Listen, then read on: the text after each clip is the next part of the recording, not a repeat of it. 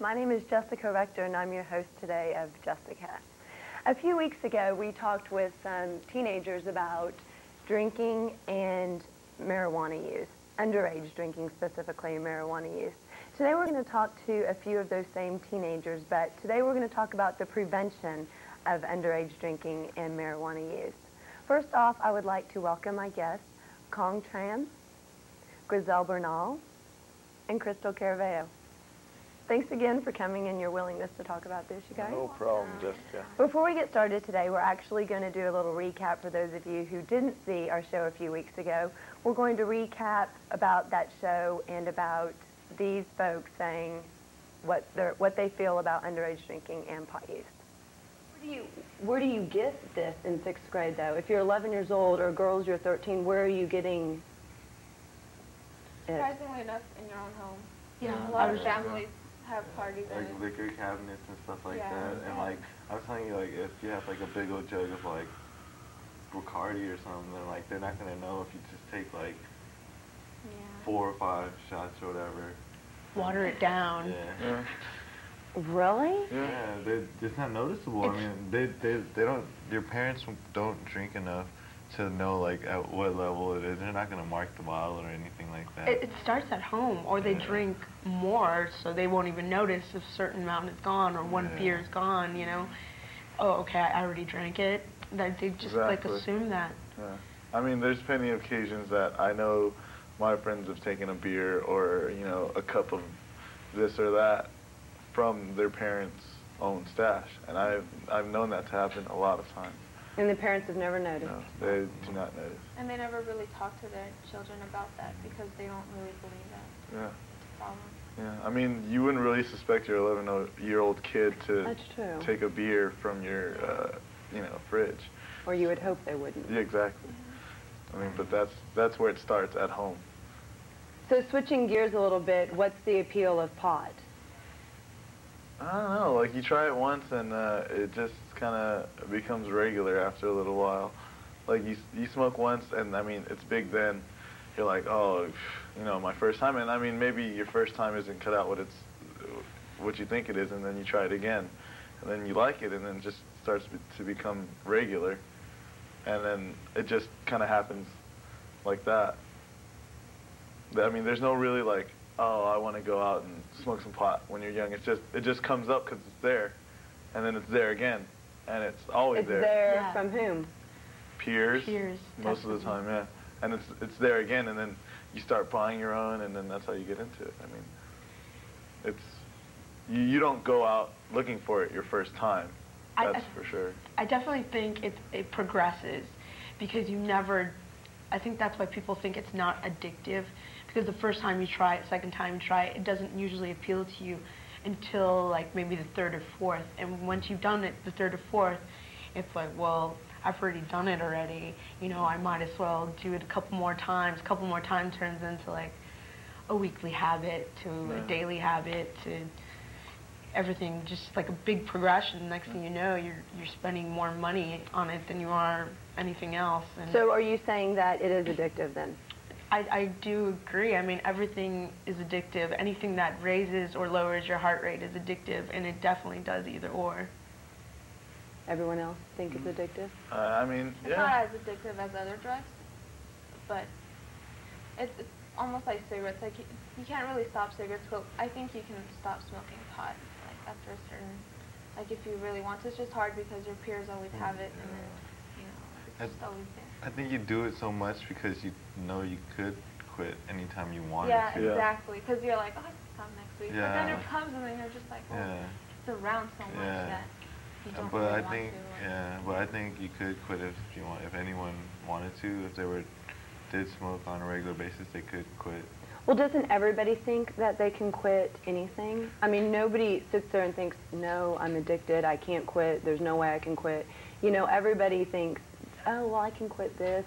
All their bad habits, everybody thinks, if I really wanted to, I can quit. So is it that they can't quit or they really don't want to quit? It's that they don't want to, mostly. But sometimes it's really hard. Like, there's things that are more difficult to quit. So that was a little recap of what we talked about a few weeks ago. So, you guys, was it weird to see you guys on TV? Yeah. Just a little. A little weird, huh? Well, I know you guys all drink and smoke marijuana, so it may be kind of hard to flip the coin and say, okay, well, how can it be prevented since you guys do it? You may not even want to think about the prevention of it. I don't know. But how can it be prevented, if at all? Like living in LA, you get a lot of exposure. Like, you know, you can go to the beach and there's a lot of just, you know, head shops that you can, you know, you're just exposed to it. And I mean, it's just there, you try it. It's really, in LA, since it's such a big city, it's a lot harder to not get involved in it than, like, say, you know, living in Texas or something. But I mean, you know, it can be prevented. I don't know. My parents tried as much as they can, and they did what they could. But you make a good point. You walk down Venice Beach, and I was amazed the first time I walked down. You see everything that's basically advertising for people to use marijuana, for instance. I mean, that is everywhere. And okay, so I am from Texas, but back home you would never see any of that on the street. Right. Absolutely not. And here it's just widely available. So what is the attraction to that and not saying, okay, well, you know, I'm going to stay away from that?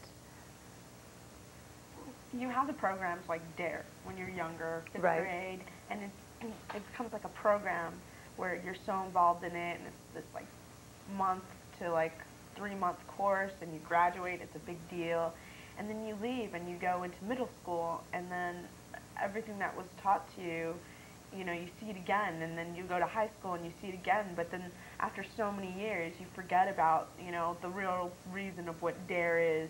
And I think that maybe if we, you know, institute it in our high schools and, you know, at the older ages where we actually do run into, you know, situations like that, because at such a young age you have no idea what's going to be ahead of you. And it's just, I think if we put like programs like DARE into high schools, it'll probably be more helpful. But they're trying to instill, I mean, that's a good point too, that they're trying to instill, you know, DARE, they're trying to instill prevention at a very young age. So when you get to high school, that you'll go back and say, okay, well, this is what I learned back then, this is what I learned, you know, I mean, so if they don't instill that in you when you're young, I mean, you're going to be exposed to it, and you're going to be exposed to it in a few years, so they need to, you know, kind of nip it in the bud, so to speak, before you even get to that point. Right, but by the time you get to high school, it's such a faraway start, you know what I mean? Yeah, it's so like, they need to continue it. or have like, like maybe do it every single grade school. Like you go to middle school and they'll do something a little small there, and then go to high school and do something small Right. there.